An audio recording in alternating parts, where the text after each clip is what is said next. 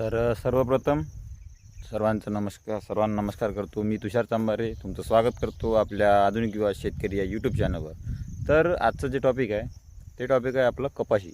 बघू शकता सकाळची वेळ आहे, अवघे 7:10 झाले आहेत. आपण थेट शेतात आहोत. ज्यांना कोणाला माहीत नाही, आपल्याकडे गावरान कोंबड्यांचा पण सेटअप आहे. आपण गावरान कोंबड्यामध्ये पण जे आहे ते काम करतो. तर आपण सर्व चारा पाणी वगैरे करून आलो, बोकडांचं वगैरे. तर हे बघू शकता की तुम्हाला जर आता शेतामध्ये एक डेडिकेशननं काम करायचं असेल तर तुम्हाला टाईम मॅनेजमेंट करावाच लागतो. नाही म्हणून चालत नाही. कारण काय होते, मग आपण तिकडे करत राहतो, इकडे दुपार होते, मग दुपारून आपण मारत नाही किंवा रोजदार सांगतो, मजूर सांगतो. मजूर त्या पद्धतीने काम करत नाही ज्या पद्धतीने आपण स्वतः करतो.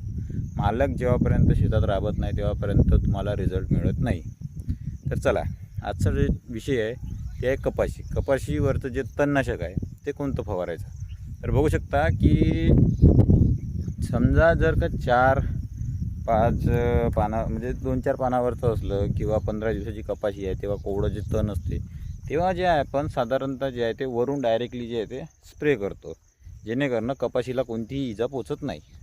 परंतु आता काय होते की हे बघा, महिन्याभराची कपाशी झाली आहे. या महिन्याभराच्या कपाशीवर आता ते वरून स्प्रे करायला चालणार नाही. चालेल, परंतु जो आता कचरा आहे त्या कचऱ्याची सुद्धा जे काय म्हणतात आपल्याला स्ट्रेंथ आहे ते वाढली आहे. तुम्हाला दाखवतो, बघू शकता. हे बघा, तुम्ही बघू शकाल की या कचऱ्याची स्ट्रेंथसुद्धा बघू शकता किती वाढलेली आहे.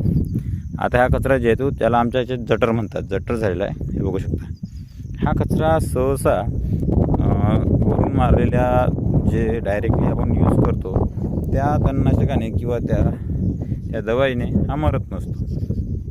साधारणतः आपण एजिल किंवा हिट्यूड वगैरे वापरतो. त्या अशा म्हणजे वरून मारणाऱ्या ज्या साध्या दवाई आहेत त्या आता सहसा काम करणार नाही. ते बघू शकता, हे एवढं आपलं क्षेत्र आहे. हे बघा, ते खाली जे स्पेस ठेवले आपण तिथे जे मिरची लागवड करतो त्या साईडलासुद्धा जे आहे ते पराठी आहे, कपाशी या साईडला आहे. आपण मागचा व्हिडिओ टाकला आहे की तुरीवरती जे आहे ते कोणतं तणनाशक घ्यायचं. तर कालच आपण घेतलं आहे तणनाशक आणि आज सकाळपासून आपण जे आहे ते कपाशीवर घेत आहोत. तर कपाशीवर आता कोणतं घ्यायचं. तर सर्वप्रथम मी तुम्हाला एक गोष्ट सांगू इच्छितो की ज्यांना कोणाला हे घ्यायचं आहे त्यांनी रोजदार मजुराच्या भरोशावर जर घेत असाल तर हा थोडंसं गांभीर्याने लक्ष द्या. कारण आपण जे याच्यामध्ये तणनाशक यूज करत आहोत ते तणनाशक जे आहे नॉन सिलेक्टिव्ह आहे. कारण ते सिलेक्टिव्ह नाही, ते ज्याच्यावर पडेल त्याला खतम करेल. हो, म्हणजे जर अक्षरशः जर पराठीवर जर तुमचं तणनाशक उडलं तर तुमची पराठी ही भाजल्या जाणार आहे. त्यामुळे सावधानीपूर्वक जे आहे तुम्ही वापर करा. तर ते तणनाशक कोणतं, चला दाखवतो. हे बघू शकता. हे बघा, हे आहे ते पॉप्युलर नावाने आहे. हे भरपूर नावाने येत असते, पण याच्यामध्ये कंटेंट जो आहे तो बघू शकता ग्लायफोसेट 41% SL फॉर्ममध्ये. जे आपलं राऊंडअप असते तेच आहे. तर हे तर तुम्ही म्हणाल आम्हाला माहीतच आहे. हो, परंतु याने जे आहे तो कचरा लवकर मरत नाही सहसा. तर याच्यासाठी आपल्याला टाकावं लागते. हे बघा, हे आहे ऑक्सिगिनोफिरॉन 23.5% EC. तर हे सहसा आपण जे आहे ते कांदा पिकावर वापरतो. बघा शकता, कांदा काढला याच्यामध्ये. याने जे आहे कोणती पण चवडी पत्ती राहू द्या ती आरामात जे आहे ते साफ होते.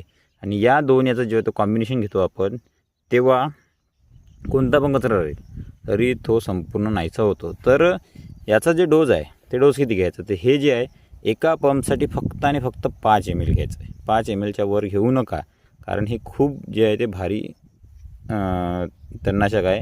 हे पण नॉन सिलेक्टिव्ह आहे.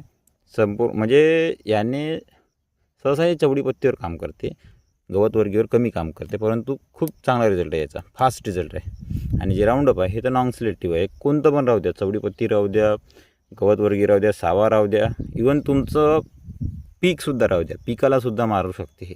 त्यामुळे याची मारण्याची पद्धतसुद्धा मी तुम्हाला दाखवतो. हा दोन याचं कॉम्बिनेशन तुम्ही वापरा. याचा डोस घ्या 100 ml, याचा डोस घ्या 5 ml. त्यानुसार जर तुम्ही वापर केला एका पंपसाठी तर खूप चांगले असे रिझल्ट आहेत. तुम्हाला मी मारण्याची पद्धतसुद्धा दाखवतो.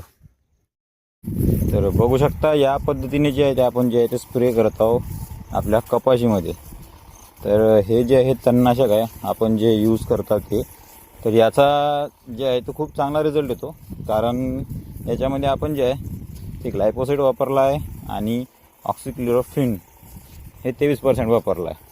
परंतु हे एवढं घातक असतं की पराठीवर जर शेंड्यावर जर पडलं तर पराठीची शेंडा अक्षरशः भाजून जाते.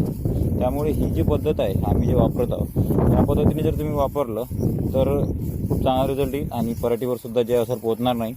नसेल जमेल तर तुम्ही कॅप वापरू शकता, काही विषय नाही.